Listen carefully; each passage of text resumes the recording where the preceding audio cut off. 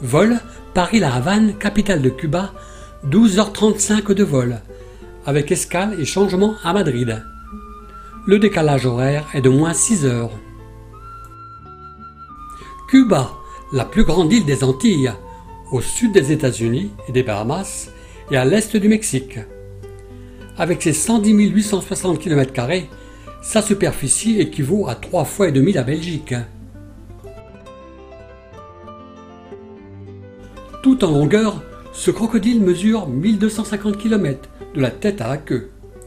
Cuba est la deuxième île la plus peuplée des Caraïbes, avec près de 11 241 161 habitants. Sa langue officielle est l'espagnol.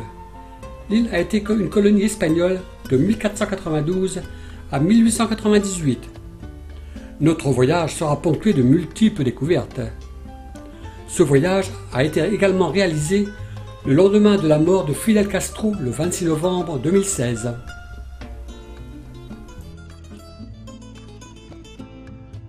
La vallée fertile de Vinales est encerclée de montagnes et parsemée d'affleurements rocheux spectaculaires.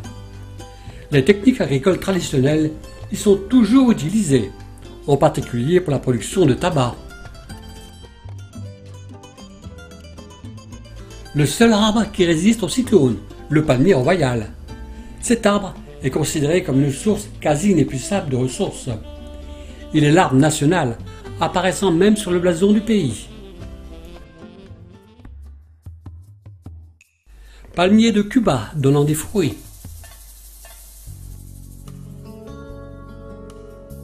Ces fruits ne sont pas comestibles pour l'homme et également pour les animaux. La culture de tabac exige des soins permanents. Après la préparation de la terre en juillet et en août, les semis de tabac sont réalisés en septembre, puis repiqués à la mi-novembre. Plant de tabac trop avancé pour être piqué. Ce bœuf vient s'abreuver dans ce plan d'eau sous bonne garde de son propriétaire. Séchage du riz cubain. Un bougainvillier.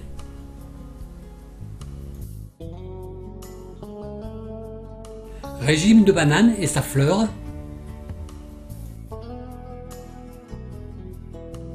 Caféier cubain.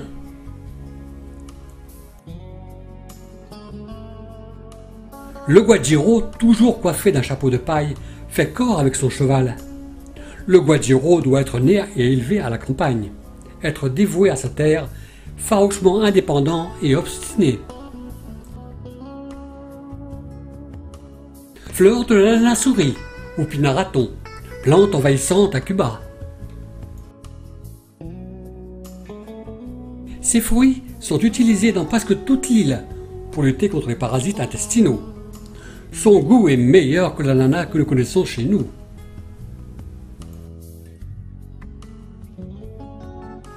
La vallée de Vinales est un véritable musée. Une étonnante fresque a été peinte sous la commande de Fidel Castro en 1953. 180 mètres de longueur sur 120 mètres de haut, pour nous raconter l'évolution de Cuba depuis la préhistoire.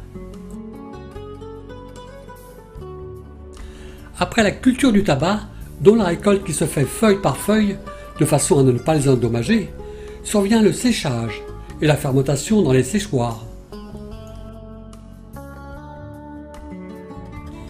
Les feuilles de tabac récoltées sont placées sur les poutres en bouquet pendant environ 2 mois avant d'être sèches.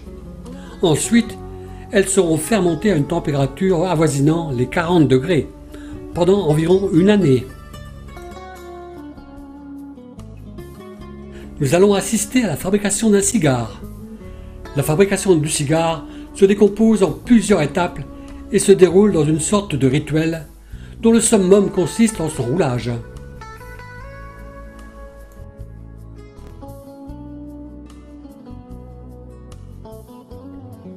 Thierry déguste le Habano, cigare, qui font la notoriété de Cuba dans le monde entier. Après environ 6 mois à 2 ans de mûrissement, Les feuilles de tabac sont rassemblées en ballots et expédiées dans les manufactures. Les cigares sont alors roulés à la main par les torcédores dans une salle appelée la galera, la galère. En effet, au début du XIXe siècle, les fabriques étaient des prisons. De cette époque est née coutume d'asseoir les torcédores en longues rangées, comme des galériens.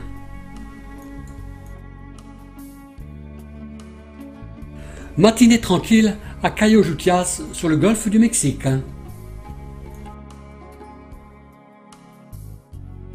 Verdoyante vallée de Vinales.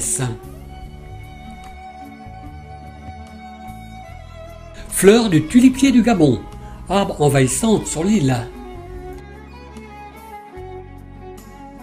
Hibiscus, fleur populaire de Cuba. Arrivée au refuge de Mil Combres dans la province cubaine de Pinar del Rio, où nous pouvons faire sécher nos vêtements, nous reposer et nous installer pour 2 nuits. La montagne devant nous, le Pan de Quibon, culminant à 700 mètres.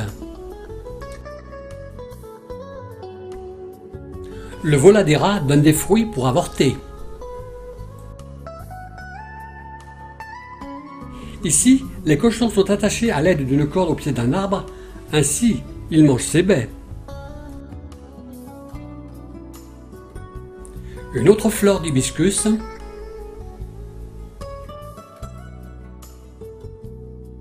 Passage délicat.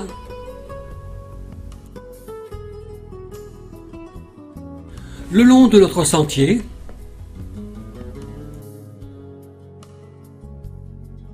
cet arbre, le Microsica caloma, est un fossile vivant en voie de disparition. Il a connu les dinosaures et il continue de pousser et de se reproduire. Seule la moitié des pieds femelles produisent des fruits, ce cône. Cet arbrisseau, le TKTK, sert pour la construction. Ses feuilles servent de râpe, de toile émerie. Un ficus femelle, avec ses nombreuses racines. L'oya, utilisé pour la confection de meubles et de persiennes.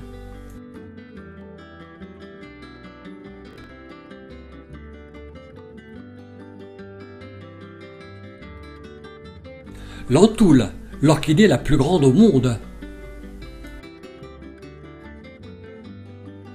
Semis de tabac fraîchement planté.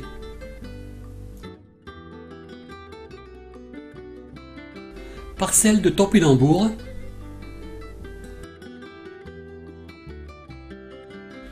Une haie de canne mexicaine.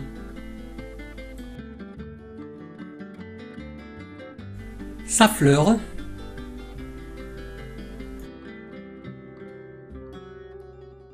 Des citronniers.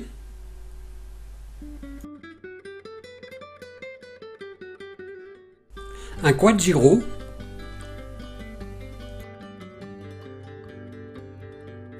Le faucon est un petit oiseau de proie dont on ne soupçonne pas toujours.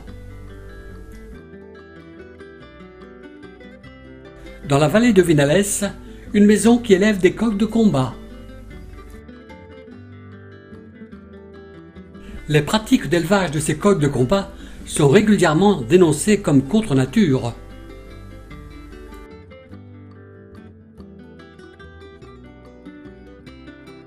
Engin glissant pour le transport, tiré par 2 bœufs sur les sentiers et dans la boue.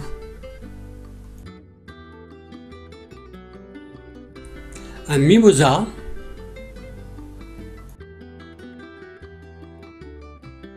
L'école primaire et secondaire est obligatoire pour tous les enfants cubains. Ici, l'école primaire de San Juan de Sagua. L'école commence par une année de maternelle, 6 ans de primaire, puis vint le secondaire pour 6 autres années. La tenue vestimentaire pour l'école primaire est de couleur vermillon. Salle de classe.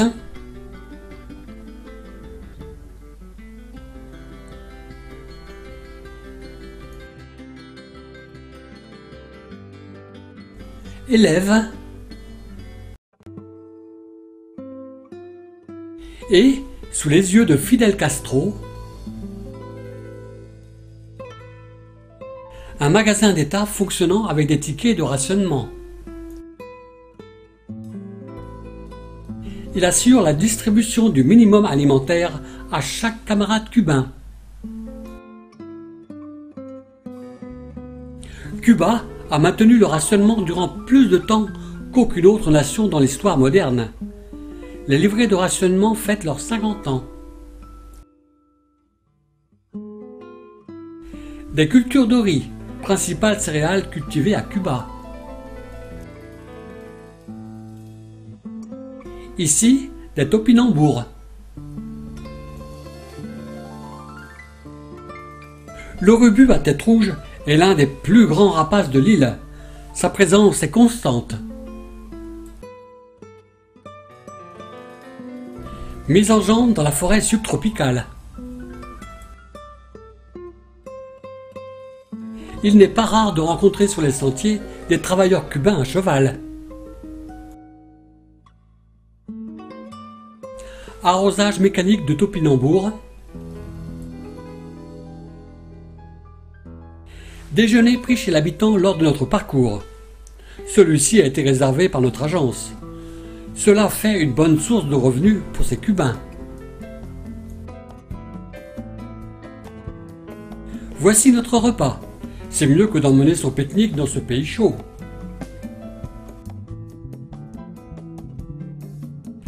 À côté de l'habitation, un bananier et son régime de bananes. À côté, un papayer donnant des fruits comestibles. Après un transfert, nous voici à Cienfuegos, place de l'Indépendance, où le soulèvement populaire contre Batista, dictateur de Cuba, a eu lieu en 1957. Cet arc de triomphe honore les milliers de Cubains tombés pour la patrie lors de la Révolution. Le Palacio Ferrer, construit en 1918 par un riche marchand catalan. Aujourd'hui, c'est la maison de la culture. Le théâtre Thomas Terry, témoin de l'époque opulente de la bourgeoisie esclavagiste de Cuba. Le palais du gouverneur, actuellement l'hôtel de ville. Voiture américaine des années 50. Suite à la mort de Fidel Castro, tous les drapeaux sont en berne. Le deuil durera 9 jours. Pas d'alcool, pas de musique. Collégienne rentrant du collège.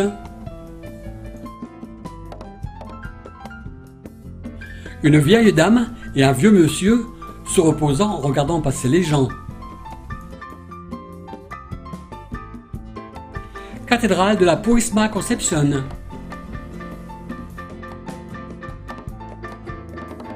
Cienfuegos, la perle du Sud, fut fondée en 1819 par des colons français de Bordeaux. Échoppe ambulante de fruits et légumes. Divers moyens de locomotion. Une voiture cubaine qui ne passerait aucun des tests de sécurité en Europe. Un bicitaxi.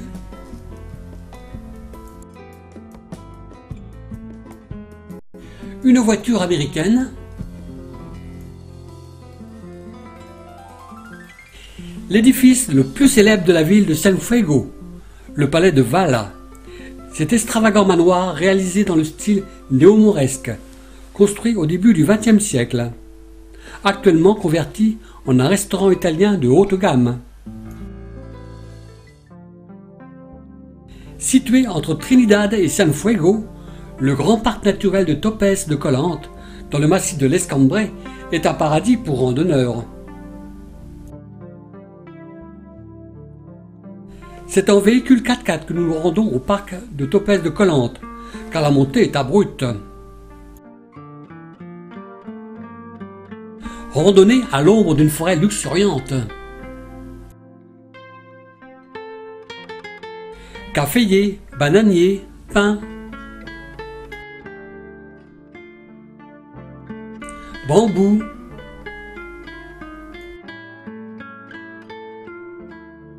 Broméliacées.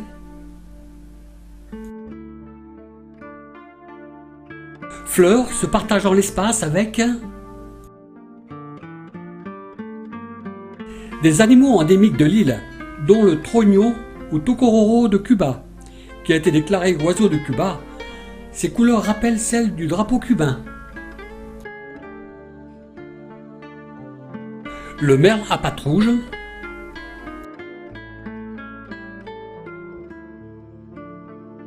Un passage délicat.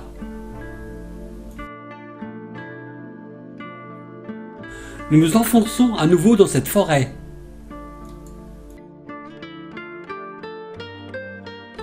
Des fleurs de datura.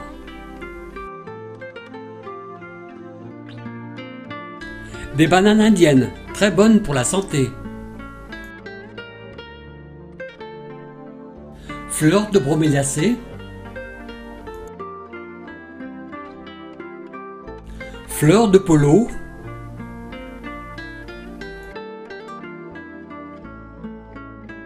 Un hibiscus.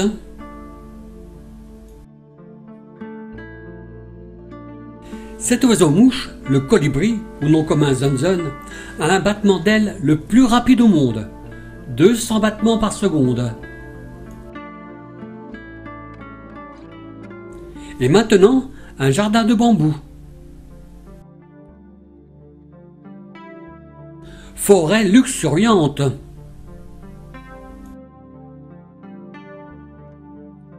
Fleurs de broméliacées.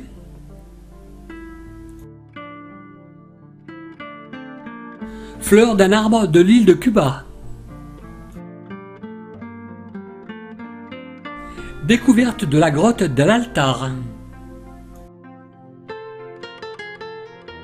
Au fond de la grotte, une chouette.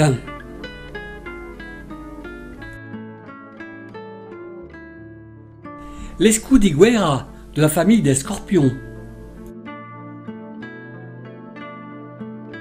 À la sortie de la grotte, dans ce parc, 132 espèces de fleurs à découvrir. Un hibiscus.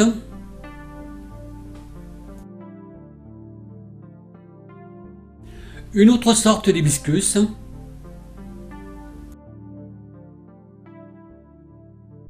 Fleurs de Santa Barbara.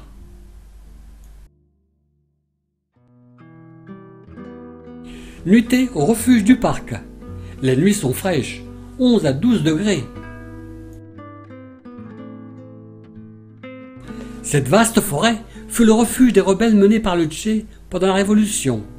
Che Guevara, révolutionnaire marxiste argentin, dirigeant la guérilla avec Fidel Castro contre le régime du dictateur Batista sur l'île de Cuba dans les années 1950. Entre le merle et la corneille, le taco de Cuba. Nid de guêpe.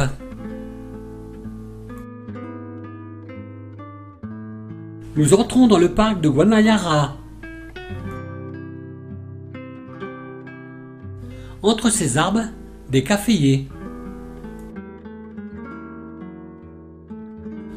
Le café cubain, petit mais costaud à la fois. Un mélange de forêt tropicale et de caféiers. L'abricotier des Antilles est un arbre de taille moyenne, de 10 à 15 mètres, qui peut atteindre 25 mètres de hauteur. L'abricot-pays est un fruit comestible à la chair sucrée, qui peut atteindre 25 cm de diamètre et peser 4 kg. Dans cette forêt, Notre guide local sort son smartphone et lui fait lancer des bruits d'oiseaux, afin que ceux-ci se rapprochent de nous. Le tocororo, emblème de Cuba. Cascade del Rocia, de 32 mètres de hauteur. Le jutia, rat endémique. Ce rat peut être mangé. Dans la forêt tropicale, un jeune boa femelle pouvant atteindre 2 mètres à 2 mètres 50. Il est inoffensif pour l'homme. Il ne mange que des crapauds, grenouilles, larves. Site paradisiaque. Fleurs d'albizia ou arbres de soie. Des poinsettias.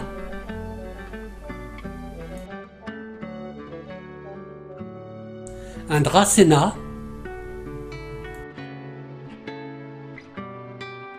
Les fruits du carambolier. Les caramboles sont utilisés en jus, en salade de fruits, en confiture ou dans des sauces. Ils servent surtout pour la décoration des plats. Fleurs d'anthurium.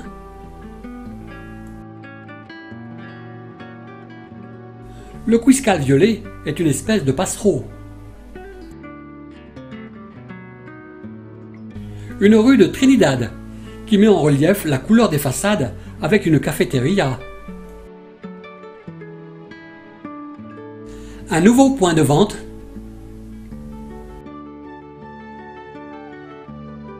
En carriole dans les rues de Trinidad.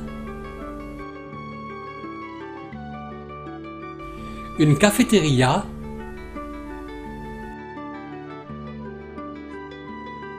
La ville de Trinidad avait été déjà déclarée monument historique du temps de Batista dans les années 1950. La lumière s'accroche à une rangée de maisons de plein pied aux couleurs arc-en-ciel. Enfilade d'une rue avec ses fils électriques.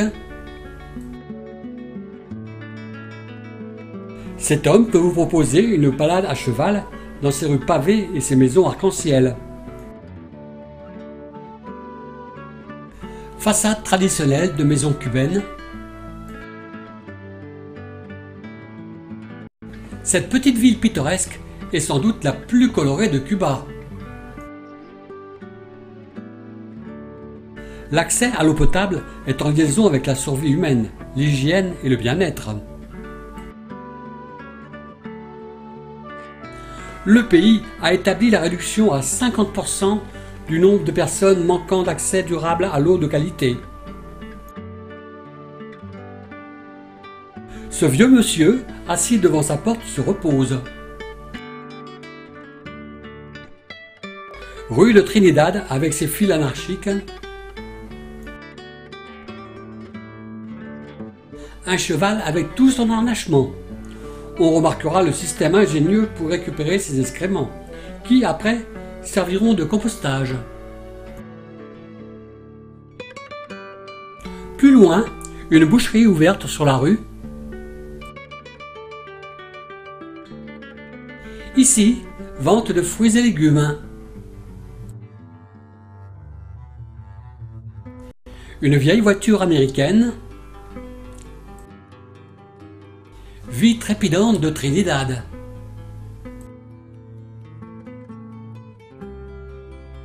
Un cireur de chaussures.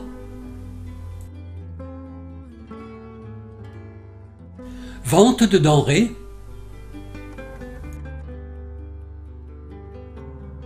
Ici, les bicitaxis attendent les clients.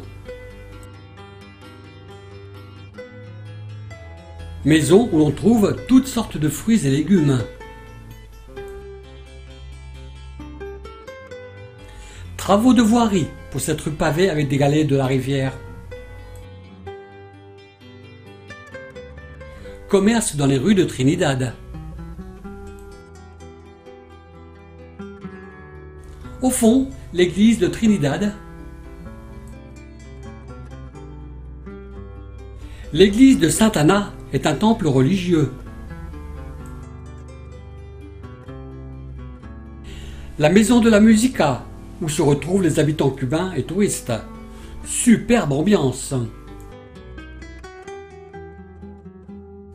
Un bougainvillier.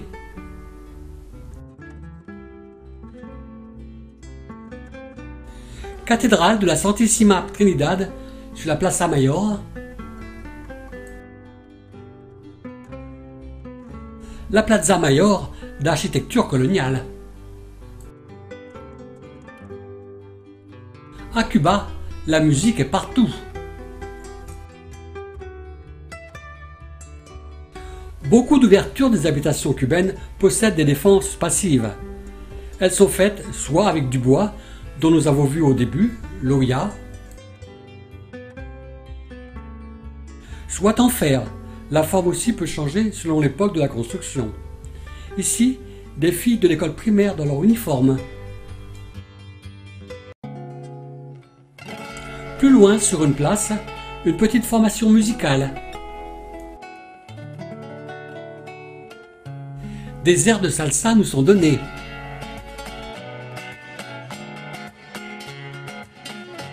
Le marimbulero s'assoit sur la caisse de son instrument et pince ses lames pour sortir des sons, telle la contrebasse, et fait des battements avec l'autre main sur la caisse du marimbulero. Et, pendant ce temps, une démonstration de salsa nous est faite. Une voiture américaine des années 50 servant de taxi. Plus loin, commerce à l'aide de cette charrette. Ce vendeur a pris possession de ce trottoir. Une cafétéria.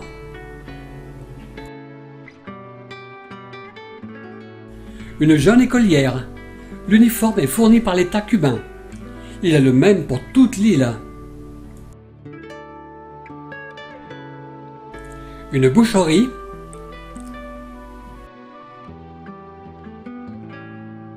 Le jeu par excellence pour tout Cubain. Le jeu de domino que l'on joue avec passion. Sur son vélo, un livreur de pain. Scène de rue.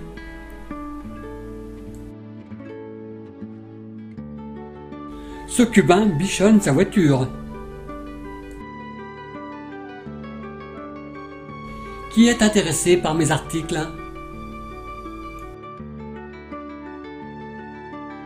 Au loin, le massif d'Escambray, qui au centre de l'île culmine à 1150 mètres d'altitude. Le pont Yayabo, le plus vieux pont de Cuba, construit par des esclaves au XVIIIe siècle, par des briques et du lait d'ânesse, sur la ville de Santo Spiritus.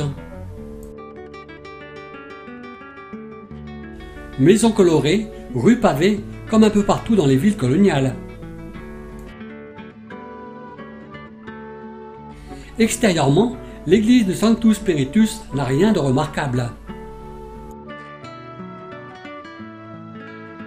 Cette église paroissiale, la plus ancienne de Cuba, est la plus fréquentée par le tourisme international, un vrai joyau colonial du pays.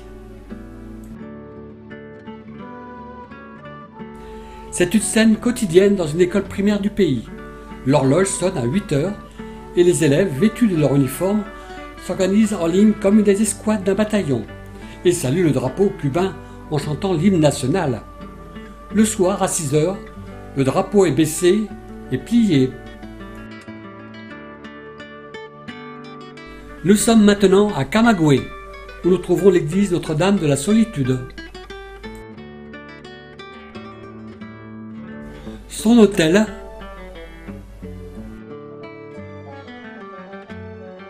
à côté, un réparateur de bicyclettes. Une bande populaire.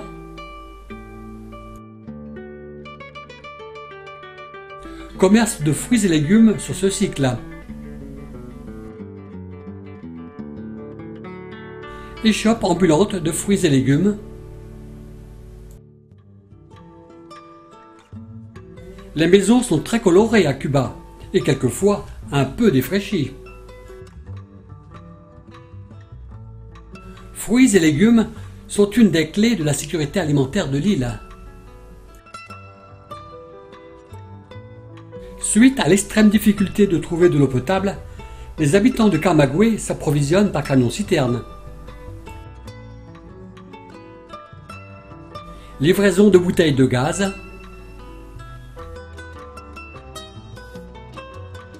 Commerce de bananes plantains. Marché aux légumes de Camagüey. Ici, des oignons. Ces légumes ressemblent à de gros radis. Dans ces boîtes de crème Nestlé, des piments. Ananas, tomates, poivrons, tomates, carottes. Une buvette.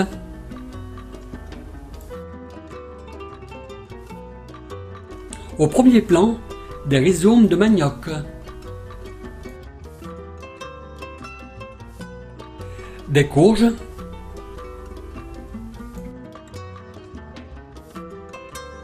Et maintenant, nous sommes sur les étals de viande. Quartier de viande.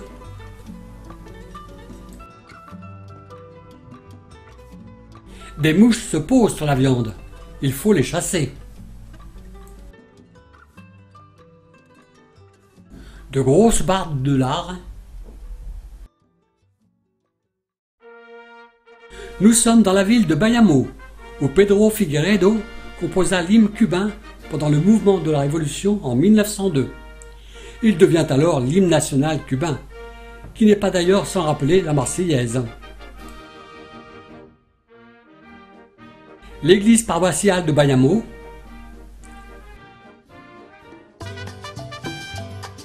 Une leçon de salsa nous est donnée à la maison de la Musica.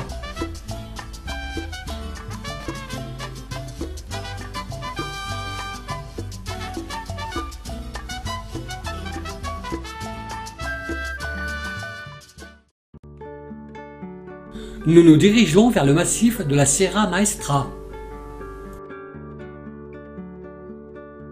Dans la Sierra Maestra, le parc de Turquino, le trognon cubain ou le tocororo, la Sierra Maestra, chaîne de montagnes maîtresse de Cuba, donc maîtresse par sa hauteur, qui culmine au pic Torquido à 1974 mètres.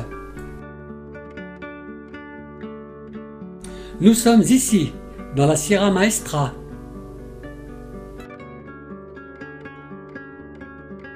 La Sierra Maestra est surtout célèbre pour avoir été le refuge de Fidel Castro et de Che Guevara et des Bartudo pendant la révolution cubaine dans les années 1950.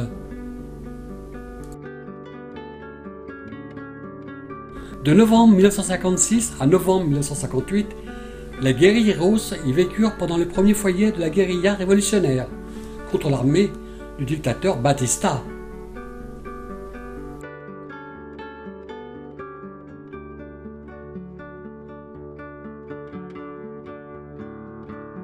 Un négrito, oiseau chasseur vif et actif. Un trognon de Cuba ou un tocororo.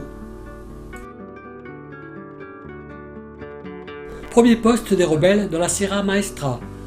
Tous les 8 à 15 jours, ces baraquements changèrent d'endroit afin de ne pas être opérés. Lieu où Fidel Castro revint voir son fief où commençait la guérilla cubaine. Astéracée rampante à fleurs jaunes. Dans la Sierra Maestra, à l'époque de la Révolution, il n'y avait pas de sentier. On avançait au coupe-coupe.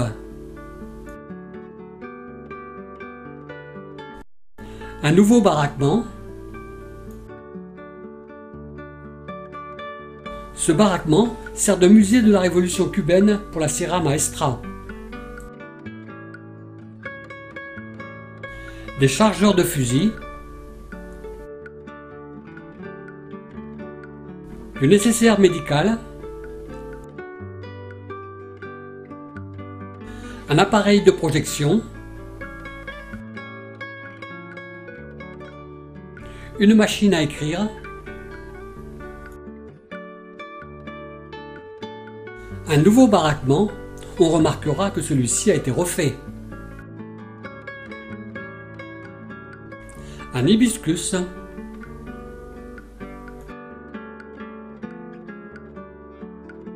Un tocororo.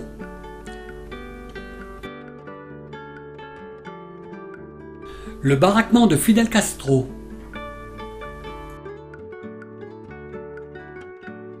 Sa chambre.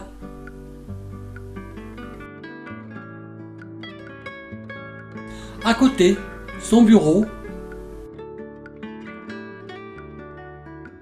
Un négrito.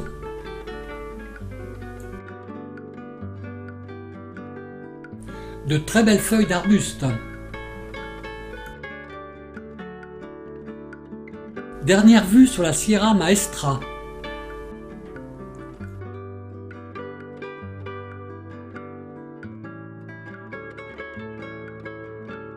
Un candélia, nom donné à cet oiseau sur l'île. À la sortie du parc, nous sommes invités pour un rafraîchissement. Un hibiscus.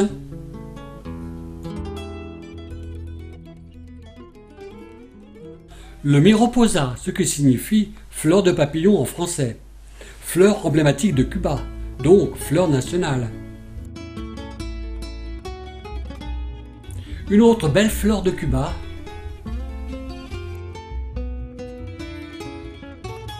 Arrivé à Santo Domingo, maison des consultations médicales.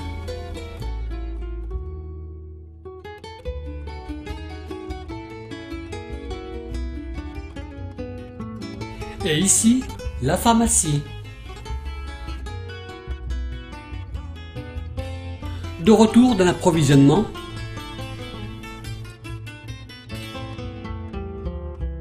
L'école primaire.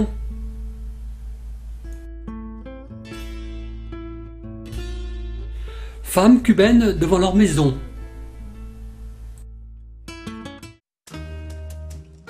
Nous sommes maintenant à Santiago de Cuba. Ici, son cimetière. Le cimetière, construit en 1868, accueille les dépouilles des habitants de la ville depuis un siècle, y compris des hommes célèbres. Au fond, le mausolée de José Martí, fondateur du Parti révolutionnaire cubain.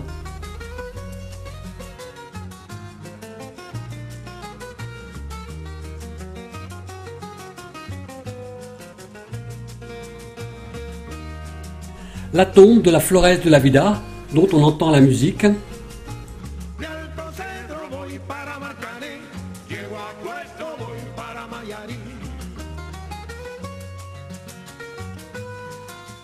Au fond, le mausolée de l'armée révolutionnaire.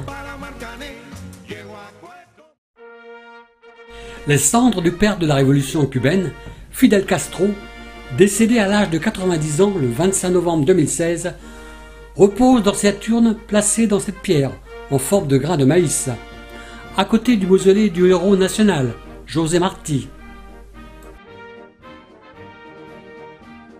Surtout, ne pas rater la relève de la garde toutes les 30 minutes, devant le mausolée de José Martí, révolutionnaire cubain de 1853 à 1895. Une cérémonie très émouvante. La place de la Révolution. Rue piétonne et commerçante de Santiago de Cuba.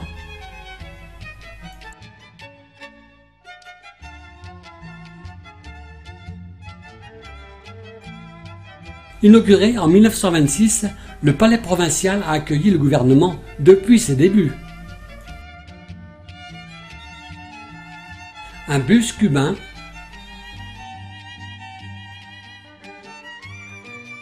l'élégante cathédrale de Santiago de Cuba dans le centre ancien, une petite sérénade avec ses deux musiciens, sur la place de Perdue Céspedes, la mairie où Castro annonça du balcon, le 2 janvier 1959, la chute du régime de Batista. Scène de rue, sortie de l'école primaire,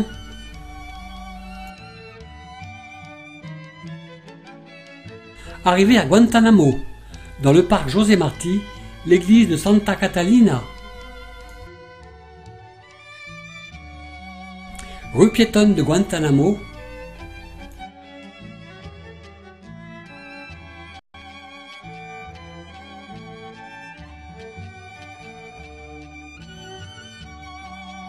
une pharmacie,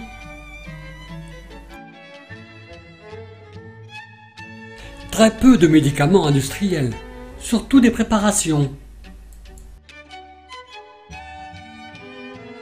livraison d'eau potable,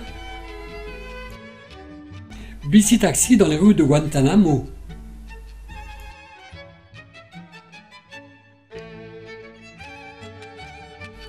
un petit supermarché,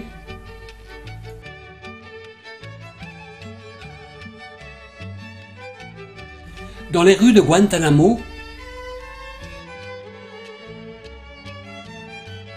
nous longeons le littoral de la mer des Caraïbes. Ce n'est pas encore l'amour fou dans la baie de Guantanamo entre les États-Unis et Cuba.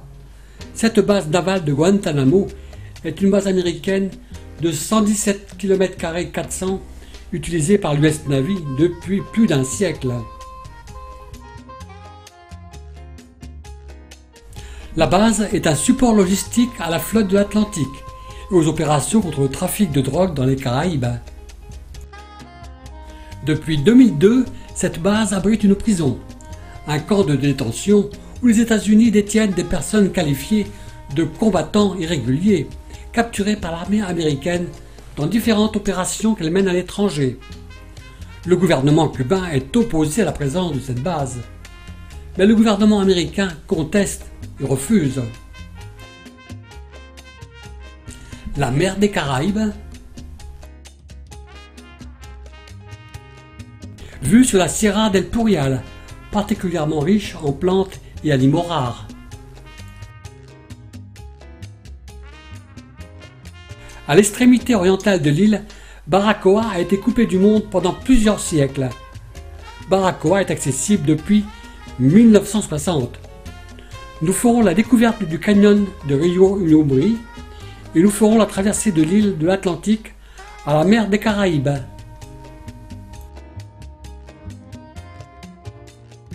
Rue de Baracoa,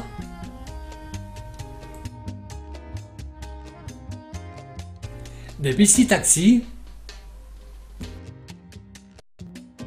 Au fond, la cathédrale de la Nuestra Señora de la Ascension, appartenant à l'Église catholique, a été construite en 1803 et elle a subi beaucoup de transformations. Un taxi. Baracoa est surplombé par la chaîne d'El Purial. Et en bas, d'innombrables cacaoyers et caféiers ont été couchés par l'ouragan Gaston au mois d'août 2016 par des vents de 140 km/h. Nous pénétrons dans la forêt tropicale. Le Polimita est un escargot herbivore endémique de l'île de Cuba. Il est actuellement intégralement protégé.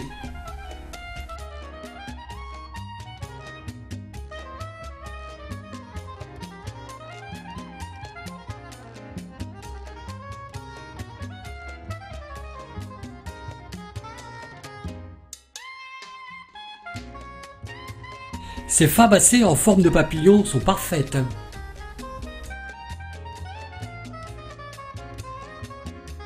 Une vue du désastre après le passage de l'ouragan Gaston. Traversée de la pointe de l'île, de l'Atlantique à la mer des Caraïbes. La pluie arrive, nous sortons nos capes. Le berger qui nous double a pris une écorce de palmier pour se protéger. Quelques instants plus tard, après la pluie, rencontre de notre berger. Ces cocotiers et cacaoyers mettront des années avant une nouvelle récolte, environ 5 ans.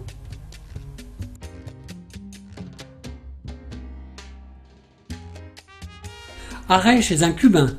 Sa maison a été balayée par l'ouragan. Il ne lui reste plus rien. Des noix de coco nous sont proposées. La noix de coco compte une foule de bienfaits pour la santé. Elle stabilise le sucre sanguin, est riche en potassium, en antioxydants et facilite la digestion. Encore un aperçu du passage de l'ouragan Gaston. Fruit de l'arbre Ouida dont on fait des récipients. Des ficus.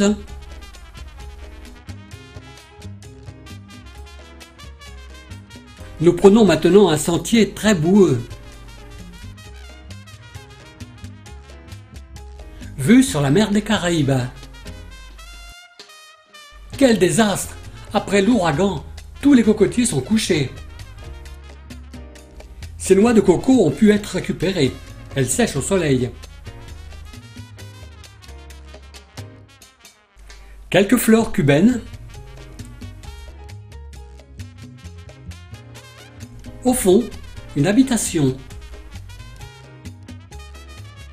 Le long de notre parcours, passage d'un pont qui demande de l'agilité, car celui-ci danse au-dessus de l'eau.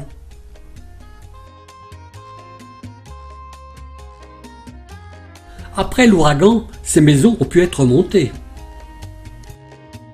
Fruit du cacaoyer, la cabosse.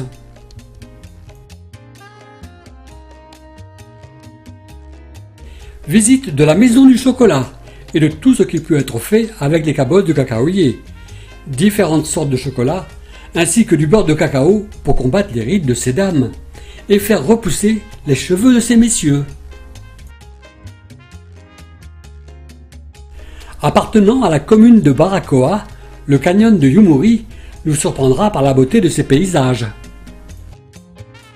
Ce canyon se caractérise par ses eaux fraîches et transparentes.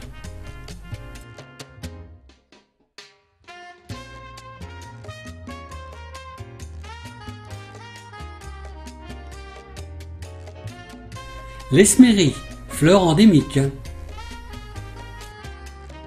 Le macaoa, crabe à coquille. Le menu préféré de ces macaoas est la noix de coco.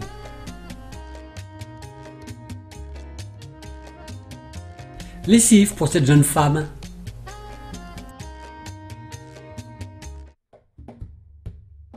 De Santiago de Cuba, en vol pour la Havane. Devant nous, la nouvelle ville de la Havane. De l'autre côté du canal, le fort El Morro, la plus ancienne forteresse militaire espagnole construite entre 1650 et 1850 pour protéger le port.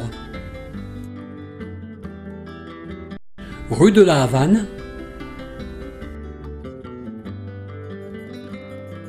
Vieille voiture américaine. Vente d'oignons. Vente de galettes.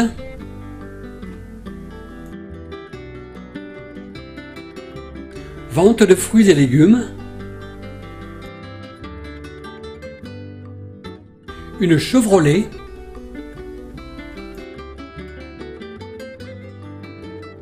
Un taxi.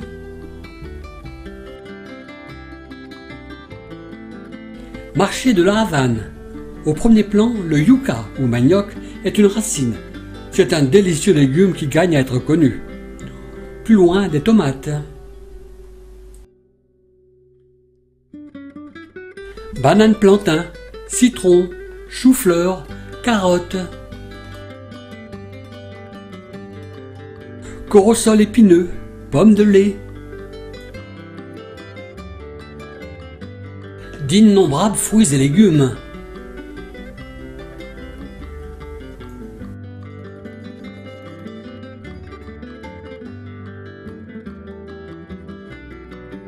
Cuba est un musée à ciel ouvert pour les voitures anciennes.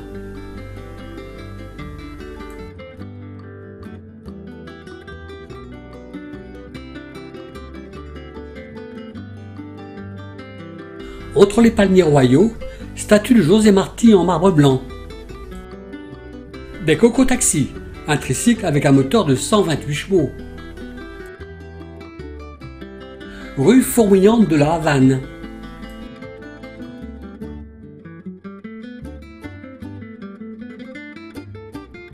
Ce gardien prend du bon temps. Le palais des capitaines généraux, qui servit de résidence à 65 généraux qui se succédèrent au gouvernement de Cuba. Au centre de la cour se dresse la statue en marbre de Carrara de Christophe Colomb, érigée en 1862. La place Aviera, élève d'une école primaire. Les cours se font à l'extérieur pour ces élèves.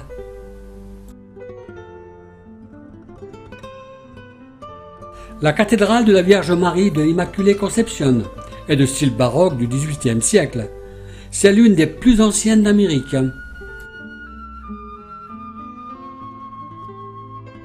La nef centrale de cette cathédrale,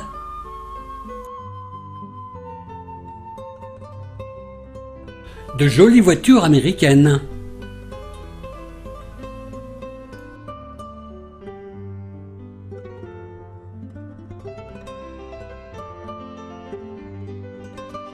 Le musée de la Révolution fut créé en 1959 à La Havane. Architecture des rues faite par les conquistadors espagnols. Le cimetière des colons de La Havane, fondé en 1876, est, par sa superficie, un des plus grands au monde. Plus d'1 million de personnes y sont enterrées, et de très belles tombes y figurent. Les fleurs naturelles y sont interdites, pour éviter que les moustiques porteurs de la dengue s'y prolifèrent.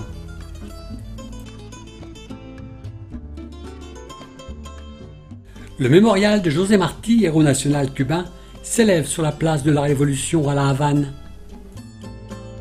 Sur la place de la Révolution, fresque de Fidel Castro sur la façade de cet immeuble.